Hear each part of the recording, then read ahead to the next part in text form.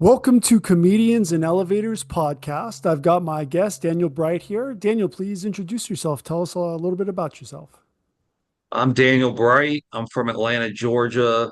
I'm a screenwriter, and I've currently written four full-length feature films, and I'm in the process of developing a comedy animated series called Bears America.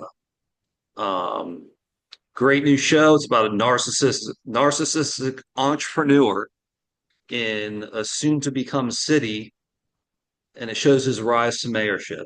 And it's hilarious, and you're all gonna love it. You're all gonna love it. I saw a little sneak preview, 100%. That's something Yeah. I Mhm. super. It's basically I'm trying to do the same thing, but you already Yeah. got you beat me to it in quality, and that's for sure. Yeah. So Yeah. awesome. Well, Mhm. so for everyone watching, basically the idea is to compare and contrast the comic versus comedian. So Mhm. I define the comedian as a funny person telling any jokes versus the comic who's any person telling funny jokes. So it's two sides of the same coin, basically. All right. So, first question, the role of persona in comedy. So, how much of the comedian's voice is a character versus their real self? What do you say, Daniel? I'd say it's mostly them. Hmm. The comedian is mostly them as their persona on stage, but it's an extension of them as well as their storytelling and their own humor. So it's them, but there's an extension of their creative mind and what goes on in their mind as far as the jokes they have. So, would you say that, so as an extension, would you say that it's from the internal, so authenticity matters, or is the illusion part of the magic? Authenticity, I'd say it stems from, say, experiences they've been through a lot of times, or it can be conjured up into a certain story. A lot of it can be fictional, some based off real life events. Everybody has their own, I'd say, way of of creating and having all their material and delivering it in a certain way. So, would you say maybe the creative external is really an illusion that's magical, or it's something that's in the uncanny valley, perhaps? An illusion, mostly, I'd say, is that they want to create this whole image for the audience to kind of gravitate towards, from whatever they're portraying or putting out there. 100%. So here to me is one of the most interesting questions. Punching up versus punching down, right? So where does a comic versus a comedian stand on this? So is the audience agreement with the comedian a form of permission or alignment? I'd say less alignment. They're going to go based off what they want to do and what they think will hit or not. You know, so So for example, if they're like, I mean, punching down, do you think that'll, is there like an automatic permission because they're on stage that they're allowed to do that? Or is that something that, the misalignment is part of the magic? I'd say it's completely fine. I mean, anything goes, really. Okay. I mean, Yeah. because almost, right? Because I'm about controversy. That's what my work is controversial. So I think anything goes. Of course, there can be some haters out there, whatever, right? That comes with Hmm. it. Not everybody's gonna like it, but that's what gets the most traction. Chappelle, Burr, they're a little Right. controversial, right? Andrew Dice Yeah. Clay, he's a little wild, right? I mean, things like that. 100%. I mean, So sometimes the controversy is the novelty because no yeah, one dares do it, right? hmm yeah, Uh, yeah, I think that's super value is that the novelty yeah, of it, and it to some degree, right? I mean, you can't keep doing it or you got right, to find a new one. Yeah. right. Well, okay. So how about cultural translation of comedy? Because this fits right in. So how would a joke that works in one country or region or even nightclub bomb in another? Okay, well, say you do well in the South can be a little more say, polite. Hmm. Yeah, the Southern hospitality, things like that still somewhat exist, right? Not all the time, but the audience there might be a little more less harsh towards a joke they may not like. If you go to New York or LA, they might be a little more, I would think, aggressive towards you if they didn't like something. But if it's great, it's gonna hit. And I mean anywhere. I mean, but the same if it's something that may not go over well. Sure. It's a tougher city in New York or LA. I haven't performed in the South. I perform here in LA, and Mhm. at some nightclubs, but I see people go silent. They decide not to heckle. They Yeah, kind of just don't yeah, interact at all, and they kind of yeah. detach. That's been my experience. So, And and maybe it's I'm got, being pessimistic about hecklers because yeah. I I, sometimes think the worst, right? But if it's great, I'm sure everybody, most people are going to be good with it, right? I mean, there's one person that might have too much to drink, right? Right? There's something might well, be with these something. prices, they may not anymore. I got to tell you, unless you're Yeah, getting right. comped, because I Yeah, haven't seen many hecklers in a while. It looks like it's an yeah. endangered species that we need to save and bring back. Oh, Maybe in the really? zoo of the Okay. yeah, 100%. I don't know what's been going on. I think Yeah. they've all migrated somewhere else. Hmm. All right, Yeah. so how about this crowd work versus crafted work? So I would say that the comic riffs more doing crowd work while the comedian performs more crafted work. So the Mhm. question is, where is the sweet spot between those two? Crowd work and craft work, right? Yeah. Okay. Okay. So I'd say you have your craft and you just do what you're good at on stage. You Okay. deliver it, and that will win over the crowd, hopefully, right? I But what mean, about absolutely 100%? yeah. But what about the audience? What about engaging with them more directly, asking them more, to come up with the material? That takes a lot of talent there to get the audience to contribute to what you're trying to do.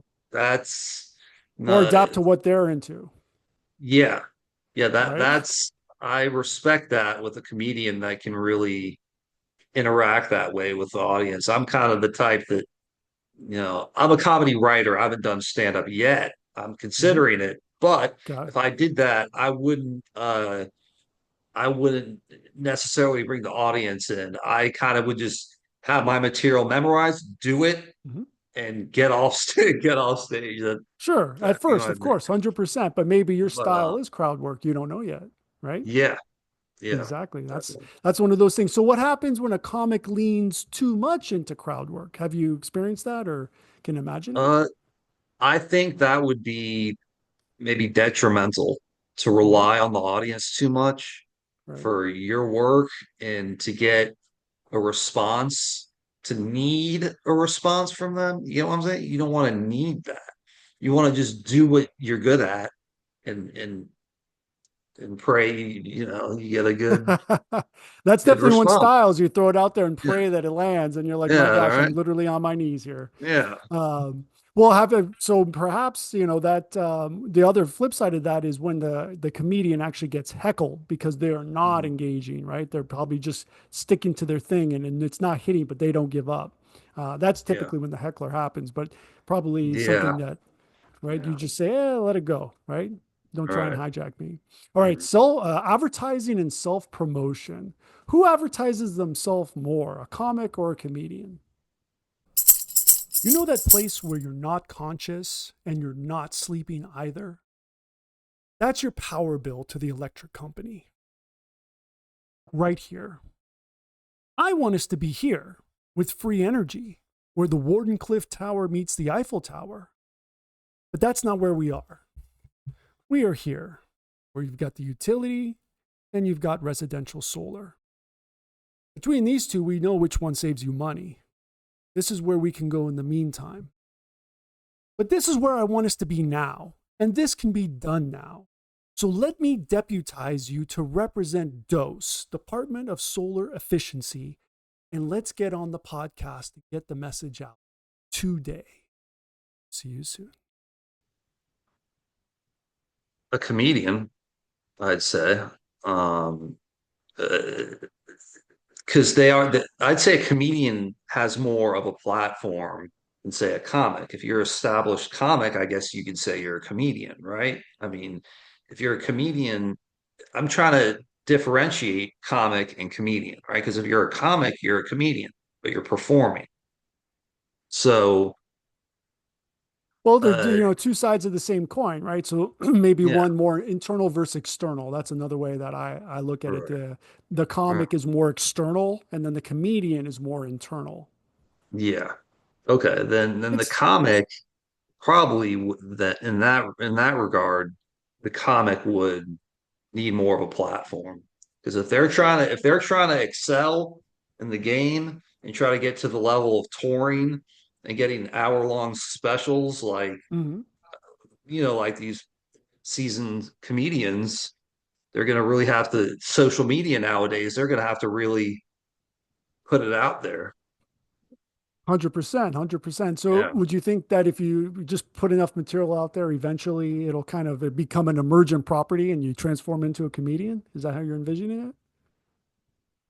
Yeah. It could Yeah. work. I think that's the Yeah, way I mean, to. you just and also networking and of course a social media influencer can help to have on your team because to Oh, do it all on your own is tough. And yeah, you can keep paying Facebook and Twitter all this money and yeah. for subscriptions, but I'm not sure if that really makes a difference. It could help. I don't feel like paying them No, I don't think that though. actually would do anything. I think it would be Yeah, kind of yeah, counterproductive, right? yeah, Now it's true though. That would be advertising. But so yeah. would you say that? Would you see it the self promotion as selling out, or is it necessary for survival? Necessary these days. I used to be like, fuck social media, I don't like this shit, but now I Mhm. need it. I Yeah, realize, okay, I need it. We're not in the Stone Age, right? yeah, I mean, and this is the new world. Everything's internet. yep, No more yeah. landlines, we got smartphones. Fiber optics. Yeah. Yeah. All right. So So that's what how it about is. censorship and offense? Does a comic avoid offense while a comedian courts it to prove a point? So the comic being external and the comedian internal. So, two sides of the same coin. Okay. Does the comic avoid offense? Yeah, it just kind of Well, sticks with the structure. mm, no, I don't think so. I don't think a comic can really get away with avoiding offense. I mean, their material is gonna probably offend somebody, right? You'd think.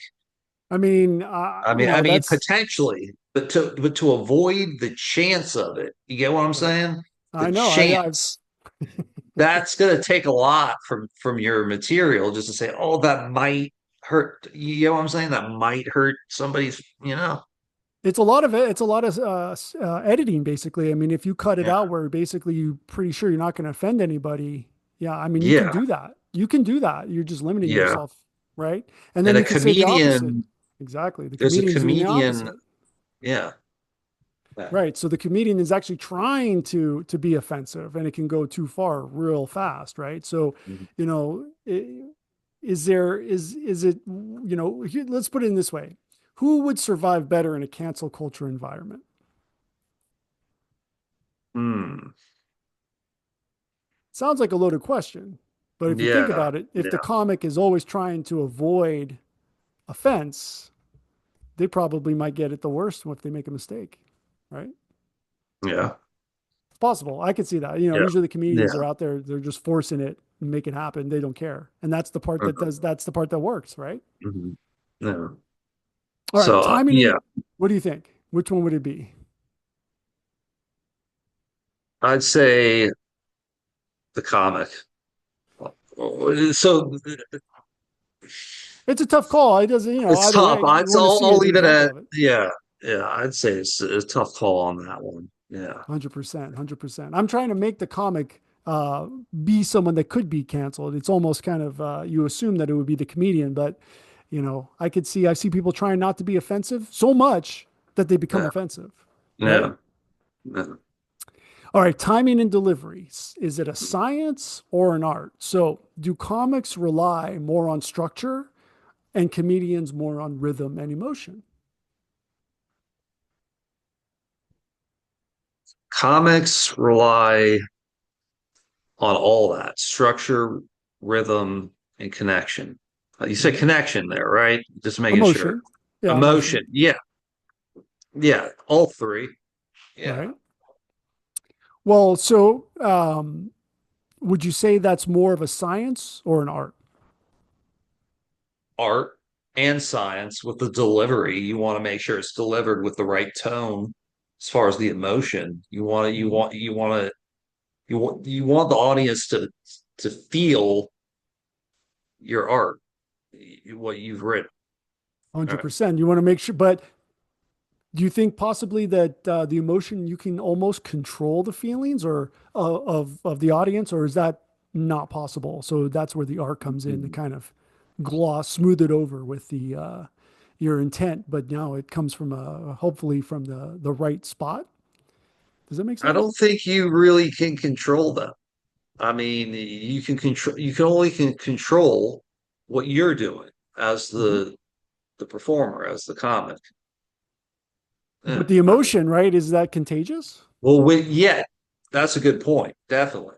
Definitely. You pack your emotion, your work, your comedic mind, your talent into it, and you perform it like you mean it Mhm. in a way that goes with your sense of humor, and people gravitate towards it, and they really like a new, fresh talent like that. They're gonna love it. Mhm. Yeah, so you can persuade. Yeah, definitely.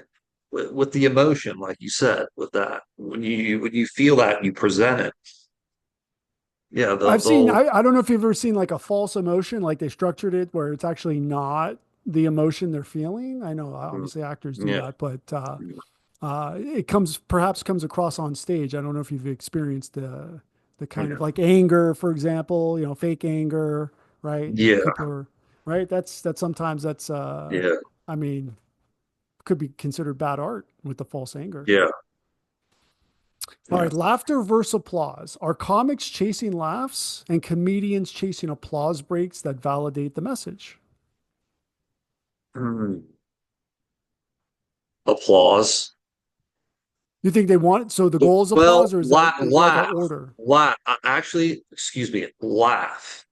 The the prize after that is if they get applause. You're going for the laugh. You don't think about the applause. You're going for the laugh, and then when you get the applause, probably a great feeling.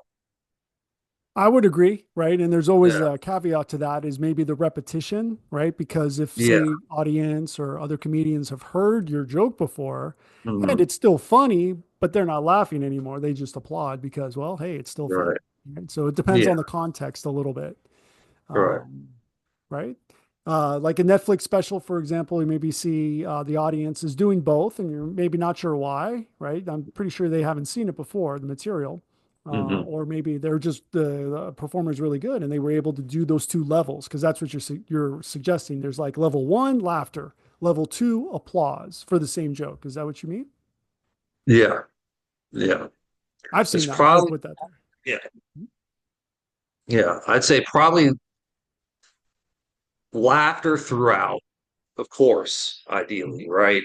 But if something strikes a chord with the audience, say a favorite punchline or something like that, then you may get an applause. So I wouldn't say, so that's gonna show you had a point in your act that really got the audience engaged and liking your material. And something to take away with, like even a Yeah, song, yeah. right? Like after they leave, they tell their husband, wife, what do you remember that joke?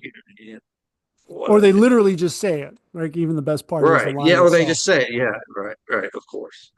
That would be that's like level three applause, laughter versus applause versus what do we even call that? Yeah, What would that be called? Versus memory? yeah. All right, next question. Comedy as commentary. When does a comedian cross into becoming a philosopher or a preacher? Hmm. Uh,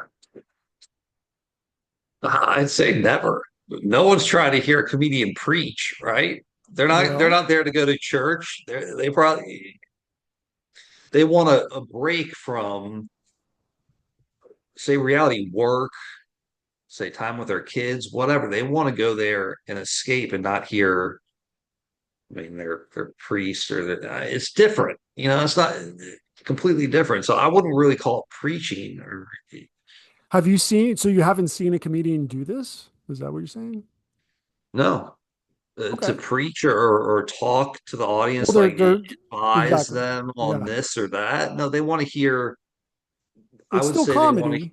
Yeah, it Still is. comedy, but But they're got that, that preachy tone. as far as my taste, if I was to go to a comedy show, I wouldn't want to hear somebody preach No, about I or mean either. That's definitely for sure. No, absolutely. I don't yeah. want to hear it, but it sometimes it happens. And so we wanted, hey, now the question is, I mean, you're already assuming that it's not good, but does it dilute the humor? It could be depending on how you present it and word it and, and how the joke is formed. Maybe if it's directly preaching to the audience. No, now I think about it, I don't think there's any way. Just in my taste and how I perceive comedy, I wouldn't say preaching is a way to describe how to how to present or deliver comedy. Just that Not the word, not the way to I do it, guess. right? That's not your Yeah, first. just not. Yeah. Let's So go for the preacher mode. No, definitely not. right. Yeah. All right, comedy and vulnerability. Now, definitely is the L first is the L silent in vulnerability. That's the first question. And then the second question is, do comics hide behind their jokes and comedians expose themselves? Would you agree with that statement? Yeah. Yeah. Right? I'd agree with that. Now, Yeah, definitely. is one braver than the other? Comic. You say the com so if So, the but the comics hiding behind the jokes. but they're on stage doing it. They are. They are. They're on stage doing it. So the same as the comedian. I'm still trying to get clarity on the comic comedian thing, but it's so I'm Excuse me, the definitions are there to be confusing. yeah, It's the idea of the external versus the internal, right? The right. comic as the external version and the comedian as the internal version of themselves. Yeah. You do both, Okay. right? Two sides of the same coin. Right? You could say that maybe the comic is hiding behind a mask, or you could Yeah. say the comedian is actually not funny because they're just being themselves, right? So there's two, it can go in different directions. So the question is, So in that regard, I'd say the comic because they're putting on the mask, but they're being brave putting that work out there. yeah, So I that mean, I would agree. Yeah, the fact that you're even doing it, yeah, that's definitely the yeah. one of the steps. All right. Okay, legacy. Who's going to get remembered? Will the comics tight five survive time, or will the comedian's cultural point of view be more timeless? The comedian's point of view will be more timeless. Right. No, Now, definitely. even though, what if it's like a really tight five?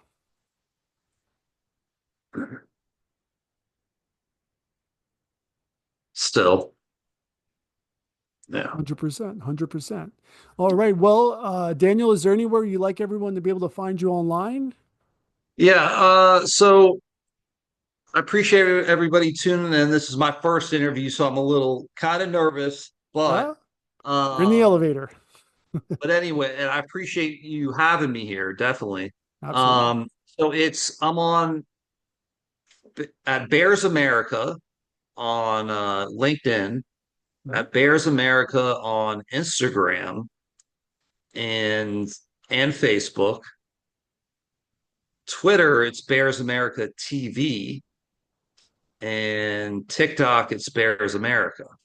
And and that's BEARS America.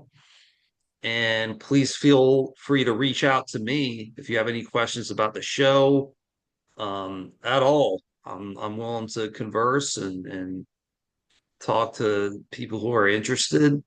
My social media platform is D as in Daniel Breit, Breit 88 on all platforms. And I appreciate it. Please be on the lookout. And thank you. Thank you for having me.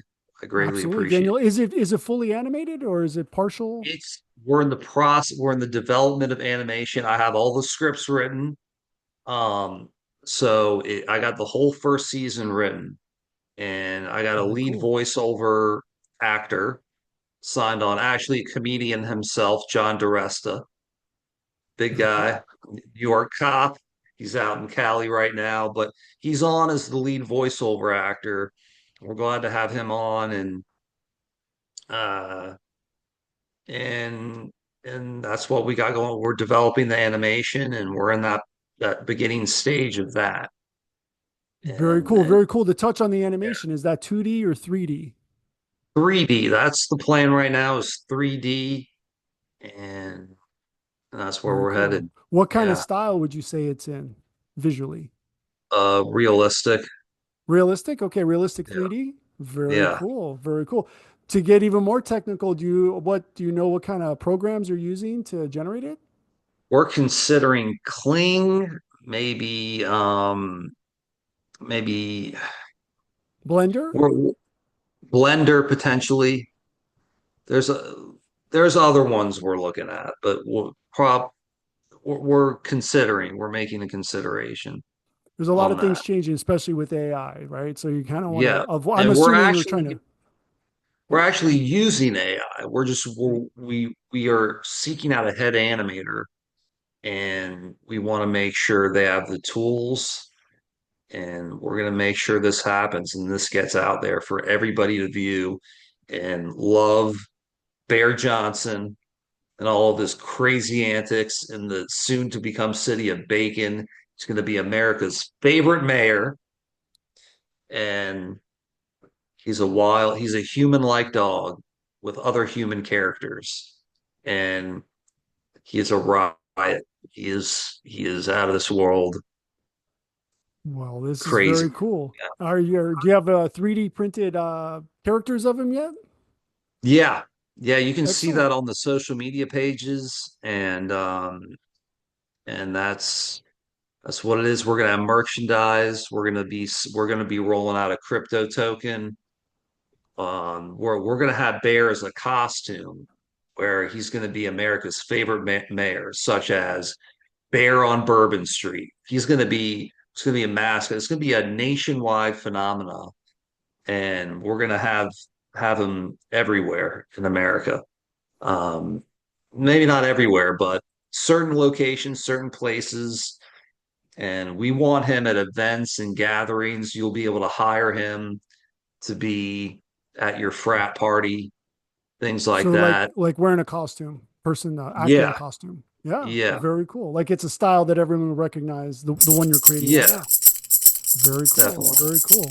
Well, thank you, Daniel, and thank you everybody for Mhm. watching. Please like and subscribe so we can Mhm. get more content that everyone would look forward to. Mhm. And we will see you in the next one.